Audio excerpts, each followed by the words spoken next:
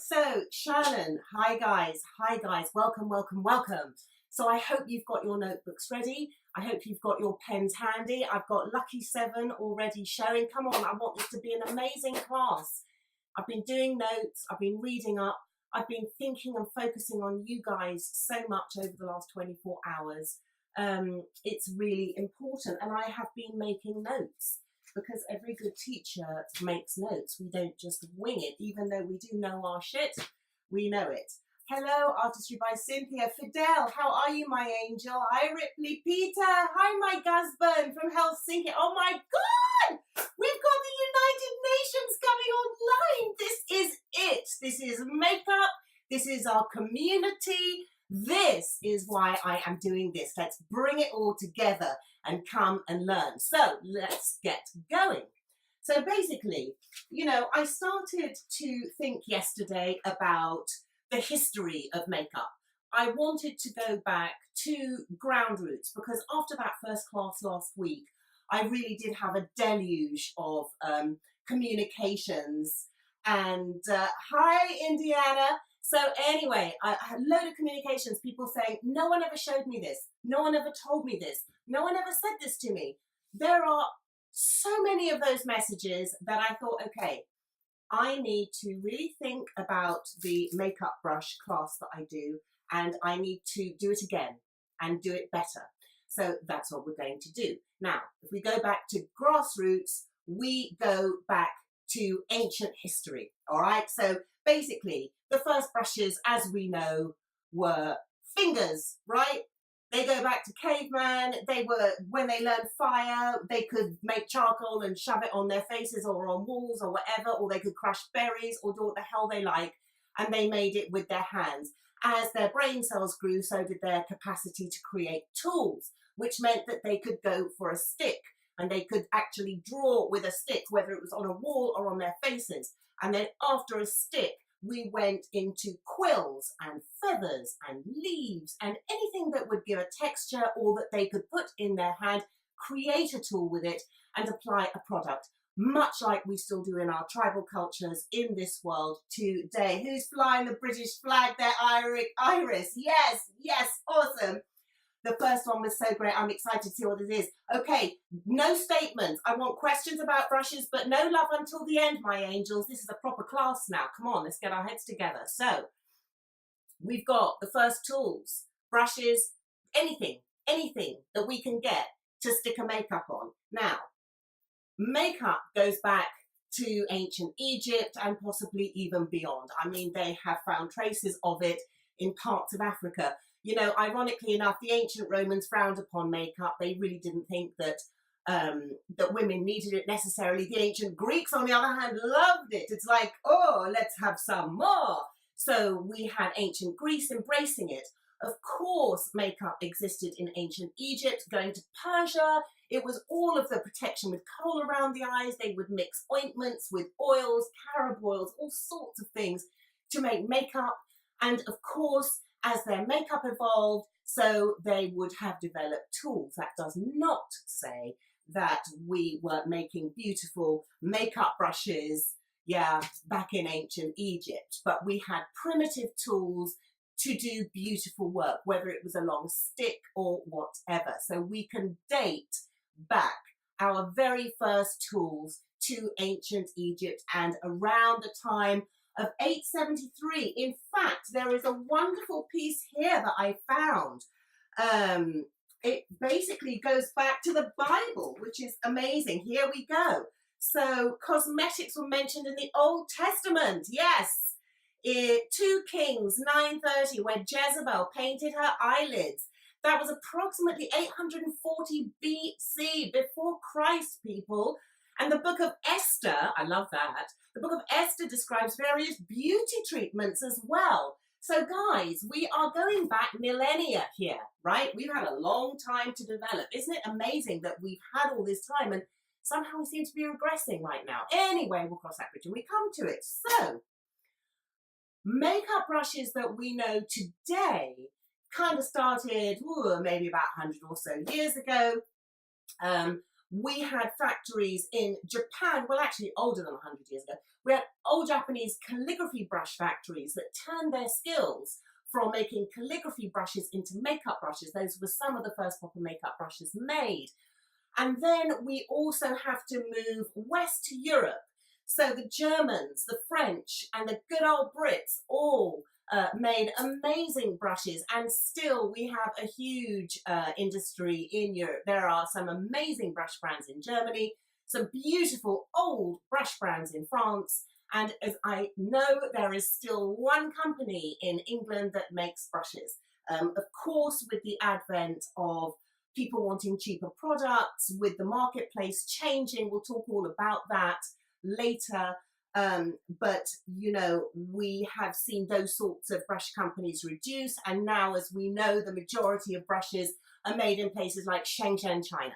Okay, so that is in a nutshell from the first inception right up until now, where we can see the timeline of a makeup brush. Okay, now we need to understand different types of brushes. So of course, going back, sorry Rocco, I just kicked the dog, he's sitting at my feet.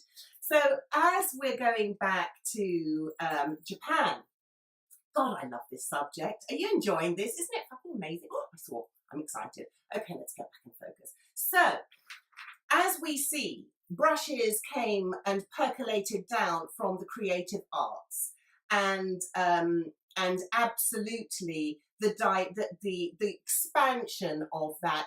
For me, it's a natural that the Japanese did it, because they have such an ancient culture. It is such an exquisite culture creatively.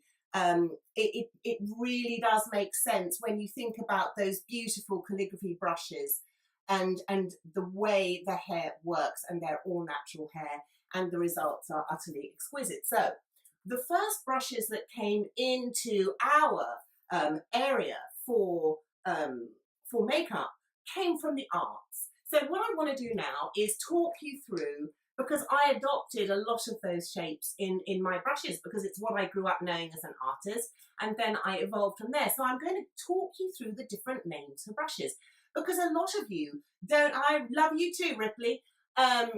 You know, a lot of people really don't know the terminology for a brush, or what it is, or what it does. And that was quite surprising to me. And I am so sorry that you have been neglected by your educational establishments, because really they should do better. So we are here to redress the balance, my angels. Okay, now I want to start off with one of my favorite brush shapes ever. And it is a very, very simple shape. Can you see this? Oh my God, hold on, where's the camera? Yes. This, my friends, is a filbert. Now, do you see this shape? Okay, I'm going to flick it. It's got a good snap to it. It's got a beautiful, beautiful point, but can spread to a softer point. Now, a filbert is a medium length hair, straight hair, pointed, pressed brush. There are not round filberts. A filbert is pressed and it is flat, and it is used for application. And the type of hair that is used enables an application. Now, with a natural hair brush, with a filbert, it's usually going to be a sable, because sable, as I keep saying to you, is such a diverse hair, and it will give you a great application, and you can use anything with it. So you could use a cream, you could use a powder, you could use a liquid, you could use a gel, you could paint with it. So we have a filbert, yes, medium length hair, great blenders as well. Natural hair seems to lend itself to this shape very much more. I do have filberts. Now this is my filbert version of the, this is the All About Lip Filbert from my Nouveau collection, and it is quite a different shape from the natural hair. Now it is an amazing makeup brush, but do you see how we have to, when there is product on the synthetic, on the vegan, then it gets the point. But with the sable brush, it automatically has it. But both these are filberts. So I want you to know that. It's a very important brush. Great for concealing, a great lip brush, great for eyes, great for going in, detailing, all sorts of things. One of the most important brush shapes you should have in your kit, and there should be multiples of. Fact. Okay, so filbert. Next, we're going to look at a round brush. Now, a round brush is something like this. Now, this is one of my favorites. So this is a round brush. Where's another one? This is also a round brush, believe it or not. This is a round brush. Even though they'll call it a liner, even though they'll call it a paint, the bottom line is these are round brushes. They are of varying hair types. You're going to get them in many synthetics. You're going to get them in sable in particular, because a squirrel hair is too soft for this type of brush. You need a firm snap. You need something that will paint with it and it can apply as well. So you're going to need a diverse hair that is not too long, so you get the snap. So when you apply a makeup with it, God, Sian, get your words out, you're going to be able to have a beautiful, clean finish. So you have to have, with a round brush, if you're doing precision work, more of a snap with the hair. Hair length on a brush is essential, because if the hair is too long, you're not going to be able to control your line or your detail so much. So it's really, really important to examine the brushes that you're about to buy or that you're using to see if it is the right length. And if it's not, I've chopped up brushes before now. I've trimmed them. I've seen, if you look at Dick Page on Instagram, he chops his makeup brushes all the time just to get what he needs for that particular look. And I'm sure he reuses them again. I'm sure he's not throwing anything away. So you've got to be fearless. You know, ultimately, it's all about the art. So you go for art, go for gold, right? And anyhow you get there, that is all that matters. Preach, Sian, preach. Callum Kerrigan, that's one of my models from London, my darlings. Callum's one of the fabulous models in the world. Right, so we've got the liner, we've got the round. Now, the next thing I want to show you is a flat pressed dome, and there are different types, and this is why it's so important that you understand hair quality, my darlings, because these are all flat pressed domes. Okay, seriously, this has got a hair that's jammed, so let's do that. Okay, we have a flat pressed dome in sable, a foundation brush, a powder brush for compact powder, a paint brush because it works beautifully with aqua-based colours. You will use it with acrylic-based paints. You will use it with creams, with silicons, with anything you want. You can apply skincare with it. I keep coming back to you, my chickens, and saying sable is one of the most underrated but most exquisite hair types. When I hear all this fuss for synthetics, I just roll my eyes and I groan, because really, with my hand on my heart, they are not a patch on a natural hairbrush. You can get great work with synthetics, but all I ever hear these days is natural hair being run down. And I wonder where they were educated and how they have formed that opinion, because I formed that opinion after doing makeup for nearly 30 years and trying lots of different things, not just limiting myself to natural hair. So I've litmus tested everything, really. So, you know, I do know a difference. You just get a very different finish. So this is a vegan hair. Now, this is a longer haired mop. Can you see? It's not as contained. It is a softer mop. So what you're going to get with this vegan brush is it will pick up a nice amount of product and disperse it with quite a nice amount of product, as opposed to this one, which is a blue squirrel hair, which is super, super, super, super fine. Who sees this? Blue squirrel and vegan.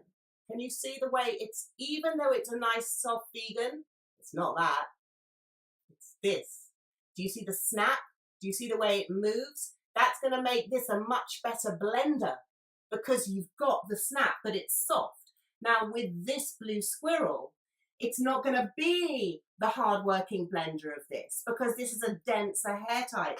The blue squirrel is going to be the one that you finish with. Oh, I'm spitting now. And that you're going to put your highlight or your powder, or you're going to finish with this brush, a delicate bronzer, a delicate shimmer, delicate blush, but you're not needing to really work this baby in. This one is your finishing touch, okay? This is the one that gets you the $50 to $100 tip at the end of your makeup session with your bridal makeup. When you finish doing this on the mother-in-law, she's going to slip you an extra $100 for putting that on her face. It is everything hair type. So we've got we've got domes, we've got filberts, we've got round brushes. We of course have fans. We have many different types of fans, big chunky ones. I don't know what they're for because I just think they make a mess. Anything bigger than something like this, quite frankly, and you shouldn't be using it on the face, because why? No face is that big and you're just going to have dirty work. Fan is great for color washing, for shimmer washing.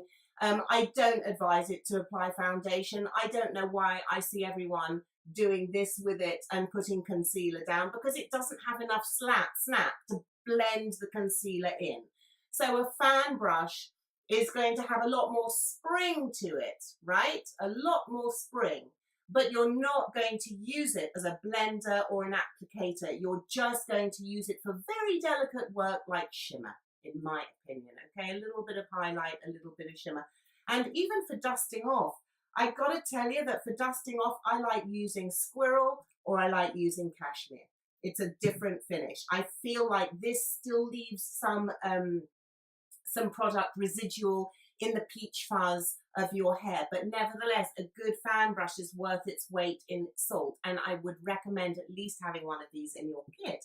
Okay, so we've done fans. Now we also look at angles, and there are different types of angled brushes, of course. So here are two of them. One is a squirrel hair. This is my classic 12, and then this one is my lovely Nouveau 14. Now, different again. We go back to a vegan hair. You see the difference in the vegan hair, nice and soft, but it's not that. So it's just a little bit of a softer blend. We get a more dynamic blend with this. You're going to get more product deposited again, rather like we said with the Dome 13. That's down to the hair type. With something like this, it's going to be great for structure. It's going to be great even just for length. If you need to powder down under eyes, which am I doing? I'm trying to work in reverse. My God, it's hard, you know. So look, this, just to get a powder on under the eyes, which of course I don't really do, but I know if you're 20 something, you do. So that's where something like this is. This brush, I use it for eyes, one color. I highlight with it, I blush with it, I structure with it. I do everything with this one little brush. I find that the more controlled the brush, the better the work. So we have an angled brush getting into different features, different architecture of your face. And that is something that is really important. When you have the right hair type, you've got the right shape, your blending time is reduced hugely because a brush will automatically follow the architecture of your face. That is why squirrel hair is just so important, because it is such a soft blender. It is exquisite. You know, when I first launched squirrel hair, people were saying, well, my makeup time reduced by 50%. I said, that's great, isn't it? They went, we can't believe it though, that the tool really does make the difference. Yes, it does. And that is why we're having this class now. You can take a Armani foundation, for want of a better word, and use a crappy brush and it'll look like a $2 drugstore foundation. Or you can take a $2 drugstore foundation and use a good brush that you'll have in your kit for 20 years and it'll look like an Armani. It's not about the product, kids. It's about the tools. It starts with the tools. The tools are your major investment. They will last your entire career and they will customize as you grow with them, and they will enable you to do individual exquisite work. But your tools are everything. Okay, so we have some slants now. We've done that. Oh, now let's find a nice, where have I got? A nice stippler, no, a liner, yeah, ponytail, flat. Okay, I love flats. So flats are really good, and they're also called brights. This is a flat, and this is a bright. Who knew? This is a domed bright, but it's a bright nevertheless. These little guys are great for pushing product into little areas. So if you're pushing in, or if you're painting and you need to get in and create certain things, you can even layer and layer and layer and just place paint on top of paint on top of paint with these babies. This one I love as a glue brush, but a lot of people I know love doing their under eyebrows with it because it gives them a really sharp edge. So these brushes will always have a lot of snap. They're going to be great for blending creams. They're going to be great for, especially the vegan one, the Blue Squirrel, great with powders and cream eyeshadows too. Love it as a glue brush. Don't limit yourself. Use them for whatever the hell you want, but just clean them up after properly. You clean your brushes, they can do anything with them and they'll last you forever. I think someone's trying to get in and talk, but I really don't know how to do this yet, so you're just going to have to learn to put up with my monologue.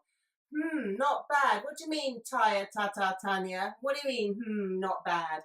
Not bad what? So anyway, that's what you have a soft round for. So a soft flat and a soft bright. Okay, so those are the basic terms. Now, with the advent of makeup brushes, because of course these were artist brushes names.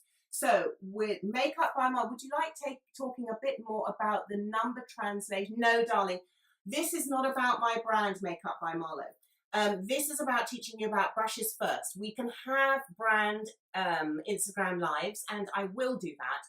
But when I'm focusing on education, yes, I use my brushes to show you, but this isn't about Sian Richards London now. This is about you and how I'm going to help you grow. All right, my darling. So Makeup by Marlo, if you want me to do a brand Instagram live, in fact, guys, if you do, just send me, show me on here and we can do a Sian Richards. Oh God, there's love. Okay. Does the brush glue industry use, hello, Darla Wiggly. Does the brush glue industry use the same bristle glue or by? No, Darla, they do not. When I speak to my brush maker, you see, for example, for me, vegan is not just what you put into your body or what you wear. It's a state of mind. It's your lifestyle. So when I did my vegan brushes, let's say, I wanted wood from sustainable forest. I wanted as eco-friendly glue as possible inside the ferrule because I literally wanted to limit my stamp on the environment to accommodate my vegan clients as well as I could, authentically. You know, I don't believe in cheating. My glue is non-toxic. Now, of course, I'm hot stamping, so it's even better.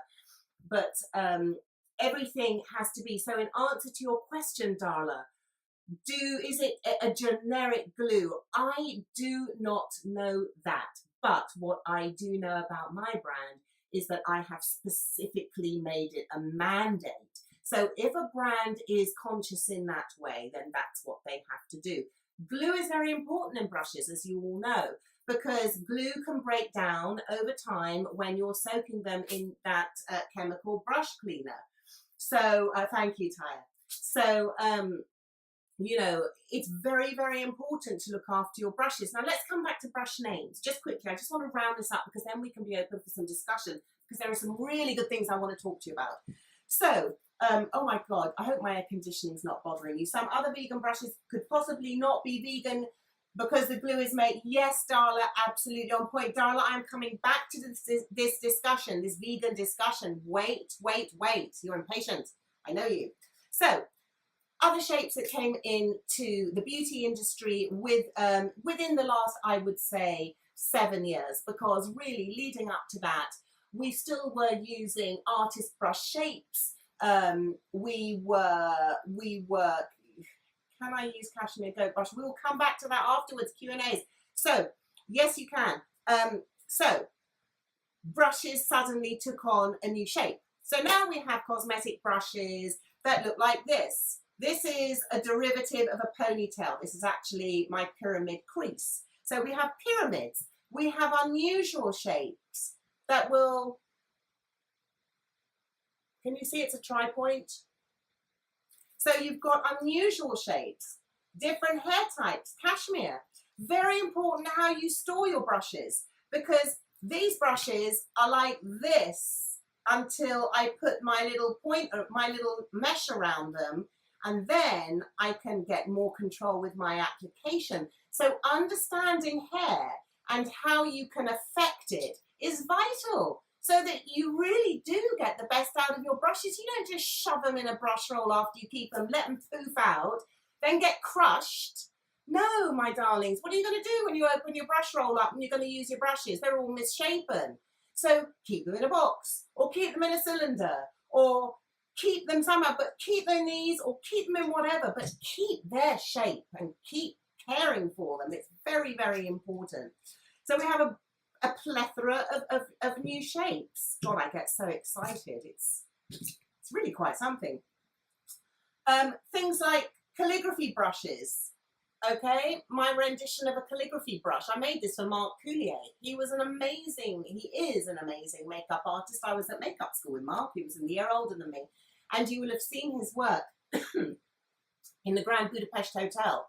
And also he won the Academy Award for that beautiful aging makeup on Mrs. Thatcher, on Meryl, when she played Mrs. Thatcher. So he wanted calligraphy brushes. So I made a version of it. Now, this paintbrush stems from Japan, doesn't it?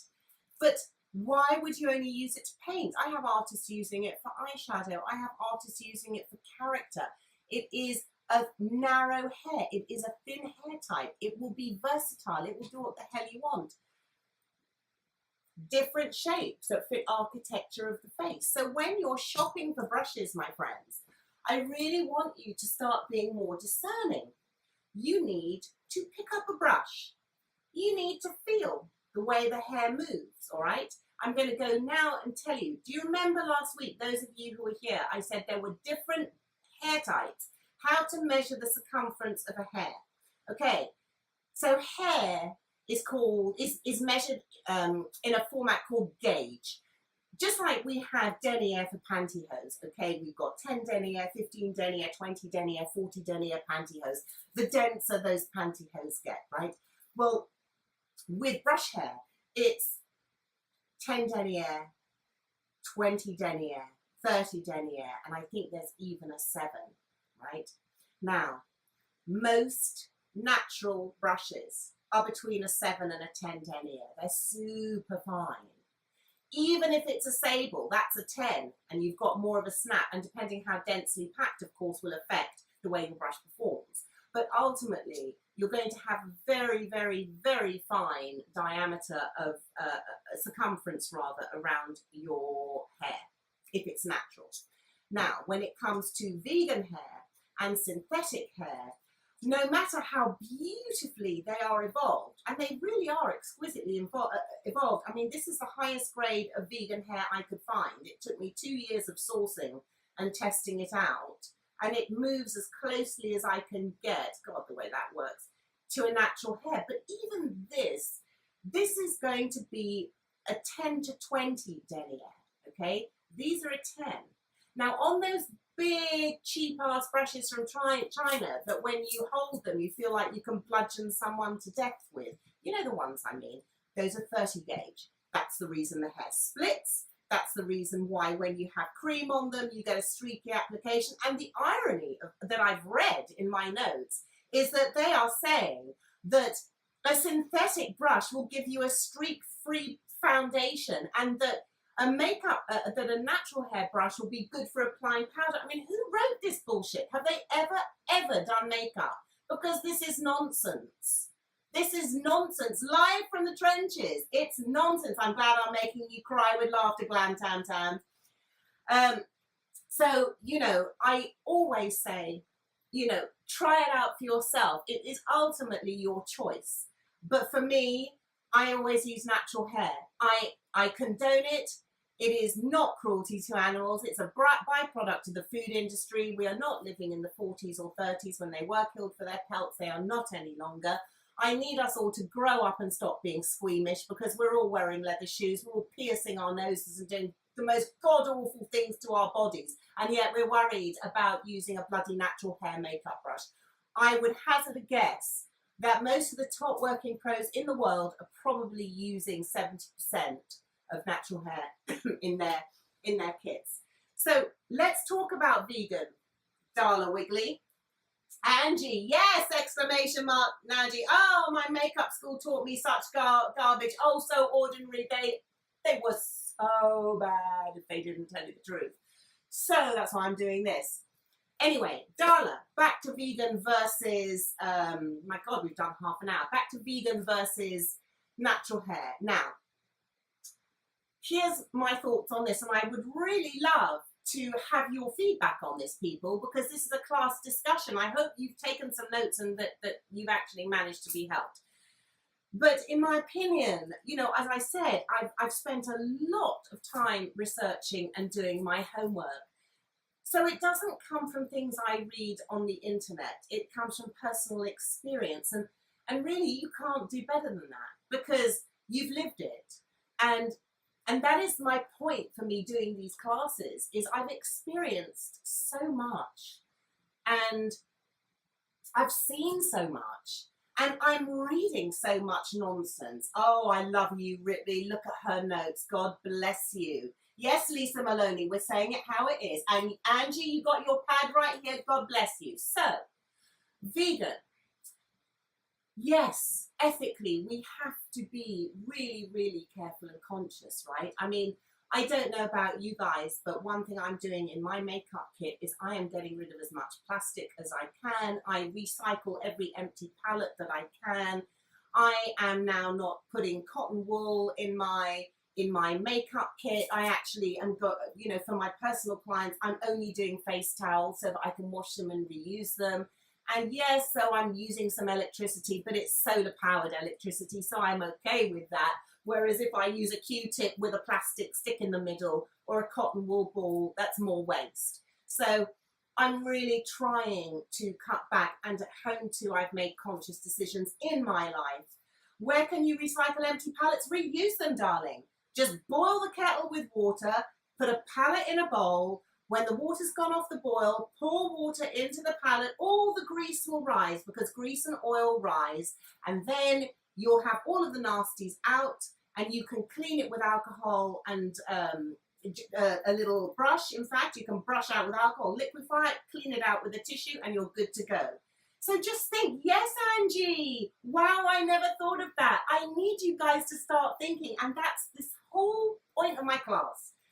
I feel like your educators haven't told you to think and figure it out, because I know that every single person watching this right now is smart. You're not stupid. You're highly capable people. You have not been given the tools, though, to be the best you can be. And that's what this is about. This is about telling you the simplest things that you go, oh my God, I never thought of that. Best brush cleaner, Urban Teacup. Are you really going to ask me that question? I'll answer that later. Let's go back to vegan and vegan and goat milk. Jesus. Let's go back to vegan and natural hair. So here's my thing. Natural hair is processed as a byproduct of the food industry. Hair gets treated, it's cleaned, it's turned into bundles, and ultimately it's made into makeup brushes. That is the process in a nutshell, okay? It's highly treated to make sure it's absolutely clean, yada, yada, yada. Now, obviously, the factory has the processes it has to go through in order to do those processes. But here's the thing with vegan hair. So if a vegan lifestyle is supposedly not to impact in any way, shape or form on our living organism planet, because it is a living organism, our planet, right? So if it's supposed to not harm it, surely the sheer manufacturing process alone, when you think that vegan hair is a polyester, a nylon or a tacklon, how do you think that those plastics are made? How do you think? What is the process in production to actually make this product in the first place? That's before it becomes a brush. So I just wonder, you know, I do believe that we are all the time growing and asking ourselves these questions. Of course, vegan hair is plastic. And yes, it is petrochemicals. Yes, Angie, it's chemicals. So you tell me, people, bearing in mind that they also say makeup brushes with natural hair do last longer. I actually read someone writing a bit of common sense down. So what do you think would be a better investment? A synthetic or a natural hair on so many levels? Just think about it. This is a rhetorical question. I don't need, hello Miss Carla McKeever, I do not need you to give me the answer, but think about it. If it takes a factory, the process to make the hairs that go into a vegan brush, no matter how wonderful the whole ethic and the thought process behind it, kisses to you too, girl, you know, is the sheer manufacturing process of this one part of the brush more damaging than the entire manufacturing process of these? Just think about it. I just want you to think. I am all save waste from the food industry and make it something beautiful. So thank you. So I just want you guys to think and ask questions, because what I also see for you out in the world is that you're dictated to. I very rarely hear people asking you, well, what do you think? So I'm going to say to you, what do you think? I want you to think. And I want you to be considerate makeup people. So you've got to understand this. Now, brushes. Let's go back to brush hair gauge. So the width of a hair is really important, because if a hair is thick and you have a brush made of thick hair, it's going to be stiff, isn't it? Hello, Rose Parsons. How are you? I'm bloody crying here. Passion overload. Yes, Angie, feel my love for it. Feel the truth. Feel the truth. So if you've got a brush that has got a broad gauge hair, remember the gauge is the circumference of the brush hair. And if you've got a brush packed with those big fat hairs, that brush is going to be stiff, right? It will probably clean my silver really well with a bit of vinegar or whatever it is I use. So it would get right in, is what I'm saying. So when you've got a brush with a narrower hair diameter, so a 10 gauge or a 7 gauge, you're going to get flexibility, which is beautiful for soft blending. It's not going to be great for working in a product. It's not going to be great for applying a foundation. It's way too soft. If you're going to apply a foundation, you need a snap. So yes, sable. Yes, cashmere. This is awesome for applying foundation. Really awesome. If your budget is spent, we've even used these when we're filming to apply as a foundation. It's a great foundation brush. And if you're on a budget, it fits your budget. So think about it. Foundation, you need snap. For super soft blending, you need super soft hair. So for eyes and finishing cheeks and maybe shimmer or any of your powder finishing, right? For buffing, you need a bit more density. So that's where things like cashmere and goat, they're hard workers, because you'll work it with a cream, you'll work it with a powder, and you'll get that super finish. Okay, very, very important.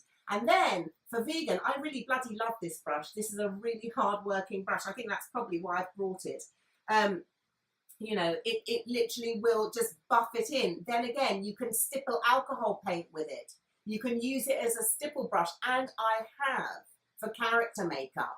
So think outside of the box. No longer do I want you to say, oh, I have to have this. It's an eyeshadow brush and it only does eyeshadow. I want you to be artists. I want you to embrace your creativity and your uniqueness. Every single one of you, do you realize that no two people viewing me now are going to do a makeup identically? You are all unique. So every single thing you do with your brushes is going to enable you even more uniqueness. So just think outside of the box. Don't limit yourself. An artist cannot be limited. It stifles your creative flow. If you stop this flow, you ain't gonna have space for the new shit that's coming in. Trust me, it's a nightmare. Someone said that's one of my favorite brushes. Snap. Okay, snap is the way the hair snaps. I think you're a late tuner, my darling. This is snap. It snaps back. Boom, boom, boom, boom. So when you're doing a foundation, you want a good snap. You also want a good snap for a precise lip. So let's say you're doing a really sculpted lip. Boom, boom, boom. That's when the filbert comes in, but it's got a snap, even though it's a shorter brush. You can see it, right? Guys, show me love if you know what snap is now. I need to see the hearts. You understand what snap is, correct? I'm not seeing any hearts at all, and someone just asked me that question. So anyway, that is snap. Okay, thank you, someone. Okay, so when you have a softer hair, though, it doesn't have the same type of snap. This is a softer snap. Do you see how it's more springy? So a softer hair will have more of a springy snap. Do you see that? Yes? Boom, boom, boom. Let's put it up against this one. Boom, boom, right? Then let's put it up against a cashmere for snap, okay? See, it's got good snap too, but it's still soft at the end. And the reason that this snap is different is because it starts to taper from here. So you've got some hairs that are shorter here, which enable that snap, but then you've got the floppier snap at the end because it's a longer brush. So now, guys, can I have a show of love hearts if you all understand? And I expect to see an avalanche of love hearts right now. Do you understand what snap is and how it affects your application of makeup? Yes? Okay, I'm seeing it. All right, if you still don't get it, then you're going to have to hit me up on Makeup Mentor on Facebook. Any questions from this, you always send them to Makeup Mentor on Facebook. That is the official page where you can communicate with me on this. Yes, Lisa Malone, snap, exactly. Okay, so this that is snap. Now, what else do I want to talk about? I wanted to talk about different hair types, natural hair types. Okay, so as you know, there is goat hair. There are different grades of goat hair. There is your bog standard yellowish stinky goat hair, and it's not that it's stinky, it's because it's goat. It's a flipping animal. They're not going to be able to get rid of the smell of goat, even though they irradiate it, wash it, and treat it. When you wash goat hair, kids, it smells of goat. But the minute it's dry, the smell goes away. Okay, now, luckily, that does not happen with cashmere. So it is a higher grade, it's a higher grade of goat. No, it really is. It's a cashmere goat. And there are different grades of hair, as you will know. So basically, we're talking about a really soft white goat that is fluffy, that you will be able to use with any type of makeup. I love goat hair for that. Goats are my favorite animal and one of my favorite materials in brushes. Yes, Will, and they don't kill goats for it, because just as sheep are shorn, so are goats. Even though you're Will, I said shorn. I thought you'd like that. Anyway, so we've got goat hair. Now, one of the biggest problems in makeup brushes is pony hair. Of course, no one would think about it. It is in most of your blusher brushes and in most of your eyeshadow brushes when you're buying more of a drugstore type of makeup brush or a middle-of-the-road makeup brush. I do not use pony hair in my classic signature collection at all, and I do not use it, obviously, in my best kept secret. And my reason for not doing it in my premium brands is because a lot of people have allergies to horsehair and pony hair, my son included. When Marcus would be around horses or goats, his eyes would swell up, and within about 30 seconds, poor little bugger would look like Marty Feldman. So I learned from my own thing, and I thought, well, if this is my son, I can't imagine how many people are having allergies to pony and horsehair in makeup brushes, and they don't even know it because they're not telling you. So I have actually had, over the years, I've lost count the number of people who've said, I have a client who is, thank you, Rose, for your compliment. I have a client who is allergic to this hair type, and I said, send me a picture. Yes, Urban Teacup, if you can. Urban Teacup just asked the question, so avoid pony hair brushes. You know, this is what I would say to you. You don't need to have them. For me, a squirrel makeup eyeshadow brush, if you want them for eyeshadow, Urban, I would go squirrel over pony hair any day, kiddo. Absolutely any day. It's not even a question. And try not to get a blended squirrel brush. Get 100% squirrel hair, because often they'll cheat and they'll put a cheaper hair in with a premium hair. Just get 100% urban. If you're going to do it, you're here at my class because you don't want to be social mediocrity. You want to excel. So start buying your tools that represent your wants and needs and your wishes to excel. Because if you weren't here now, you wouldn't want that. So definitely get rid of the pony. If you feel that it could be a liability for you, I did. There is absolutely no way on this earth that I wanted people from any echelon of life, whether it was a housewife that was just learning to put on makeup, who got an allergy from a brush of mine, and all her confidence was dashed as a result. No, I'm not doing that to anyone. I'm all about growth. I'm about empowering us, raising each and every one of us, and us doing it together. We are a global community of humans. So whether it's retail or pros, I would not put a natural horse pony hair, and I advise you not to use it. But you can always, if you've got them in your kit, ask your client a question. Do you have any allergies I need to be aware of? It's a perfectly professional way of asking, so that you're not having to throw stuff away if you have it in your kit already. Will, okay, so I have a brush that's made with raccoon hair. I find that the snap is very, very soft, but I'm really not a fan. Do a lot of people, where did you buy that, Will? I do know that they use raccoon hair, but where did you buy that brush? Was it in America? Because I've not seen raccoon for sale unless it's in an art store. You know, I don't know that I would buy a raccoon brush. I can totally, it's like I won't buy a badger brush. In fact, I was gonna make men's shaving brushes, and I had to think long and hard about it because I really had a beautiful shape that I'd created, but of course I wanted super badger. And unless there can be a sustainable way to harvest this, which I don't think exists at the moment, so they're either farmed or whatever, I can't do it with an honest heart. So we have goat hair, pony hair, there is mongoose hair. Well, mongoose is part of the martens family as well. As you know, for sable, it comes from weasel, stoat. They are all part of the subspecies martens, Latin, M-A-R-T-E-N-S. So that is the hair type that is this. It is the red sable. You also get,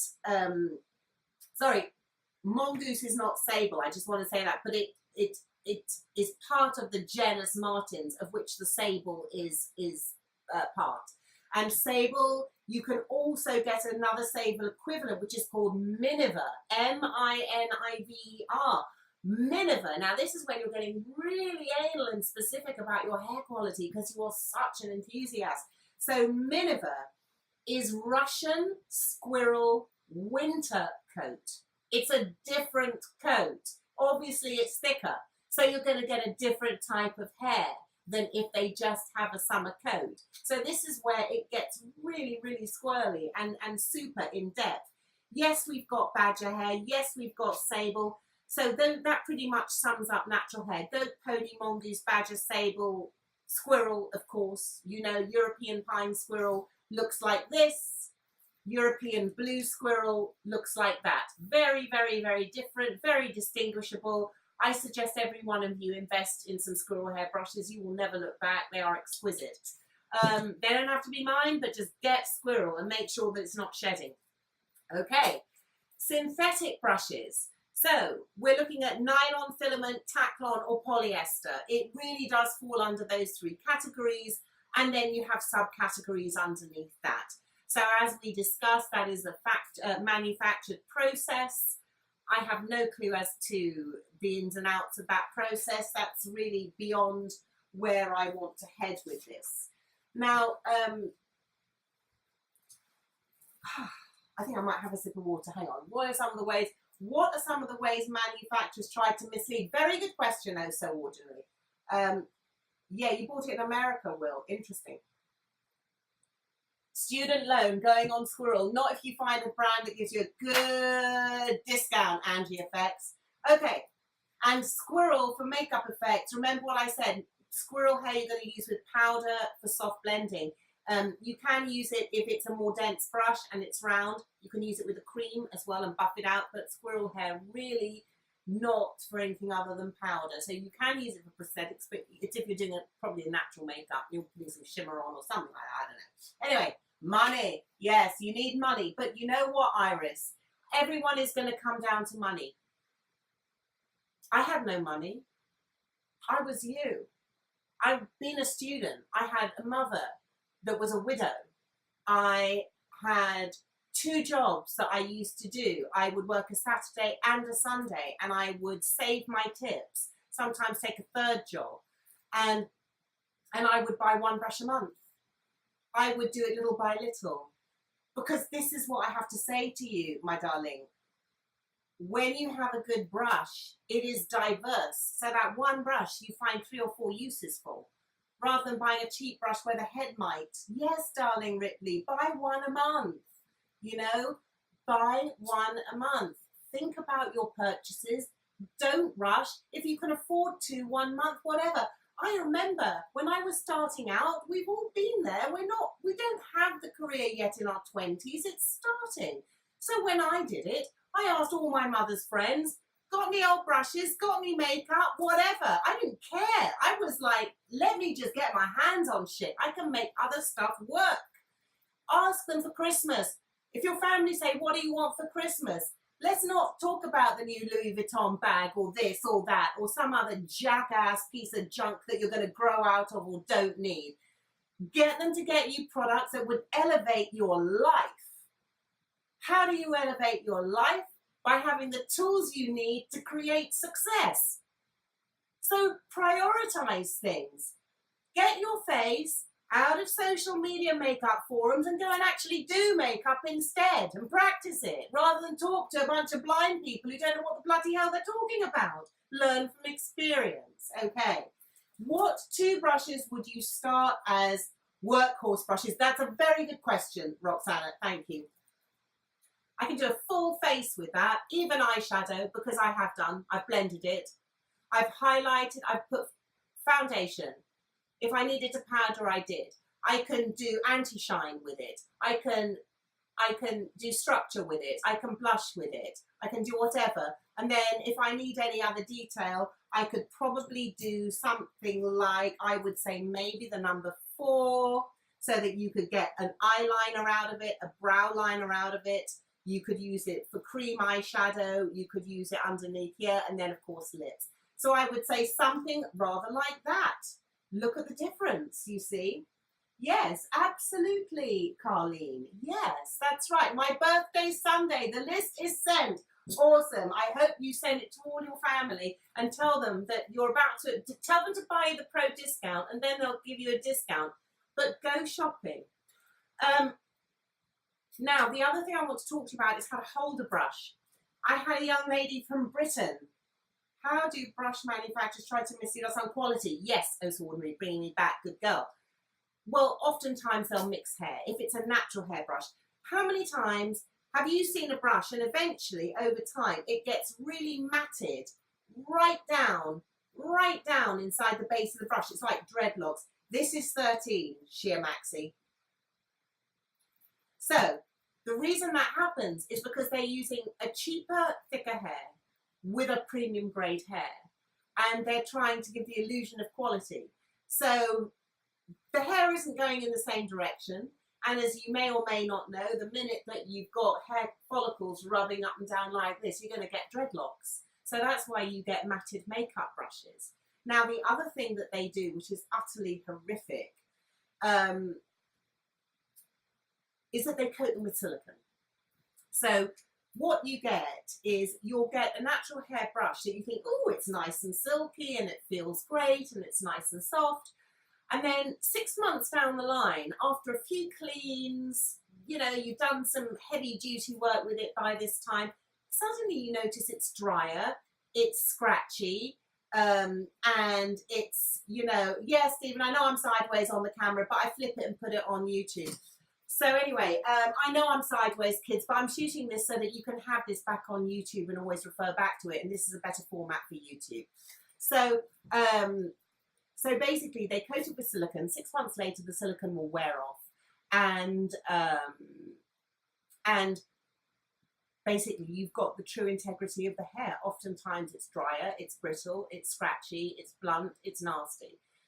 So they're selling you one thing with a coating on it, and Stephen, stop texting me. And they are, sorry, I've just lost my train of thought. So they're coating it with silicone. It's washing off 6 months down the line. You've got something scratchy and brittle that doesn't work, and there it is. So that's another way that they do it. You've got to be careful. That's why I say play with brushes. See if any hair pings out. Brushes do bed down. You know, don't be surprised when a brush has got this much hair in it. When you get it home after washing it, that it's going to ping out some hairs. It's perfectly natural. I'm sure some will come out of this one. Maybe one popped out, because there's one. Because although they clean it up and they do a cosmetic pass to get rid of all of the trims, when a brush is very densely packed like this Best Kept Secret 9, it's basically going to send out hair. It really is. So it will bed down after about 2 or 3 weeks when you've washed it, cleaned it and used it. So don't freak out that hair is pinging out. Just getting rid of that text. And then one other thing I want to tell you. This is one of my brushes. It was a tester sample. It's about 7 years old. And the handles come off. Okay. I have people writing to me freaking out about it. Absolutely freaking out. The head of my brush has come off my handle. Okay. It's not the end of the world. The number of times before I even had my brand this used to happen. It's not anything new. Trust me. And those of us know. So glue the sod. Get your crazy glue and whatever it is you're doing and just glue it back in. But don't freak out about it. Sometimes this happens. You've got to remember that when you're using wood does expand and contract. It's a natural product. And although it's been seasoned, it will still expand and contract depending on what humid conditions. Imagine people living in the south, in Georgia. Imagine people living in really humid conditions. That wood is expanded. Great. Fantastic. Now look at the people who might be living in really arid conditions or who travel and their brush is shrinking and expanding and shrinking. This kind of thing happens. So I want you all to understand it's okay. It's not the end of the world. It's not going to be your downfall. As long as it doesn't fall off on your client, nobody knows. So you just keep it discreet, okay? Crazy glue, yes.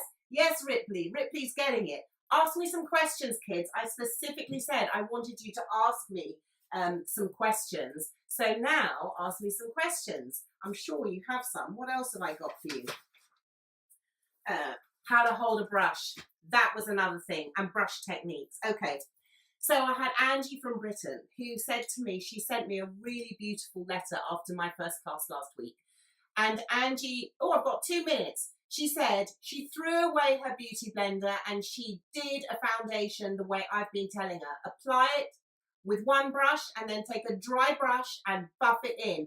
And it's a backwards and forwards motion or a little up, up, up, up, up like this, right?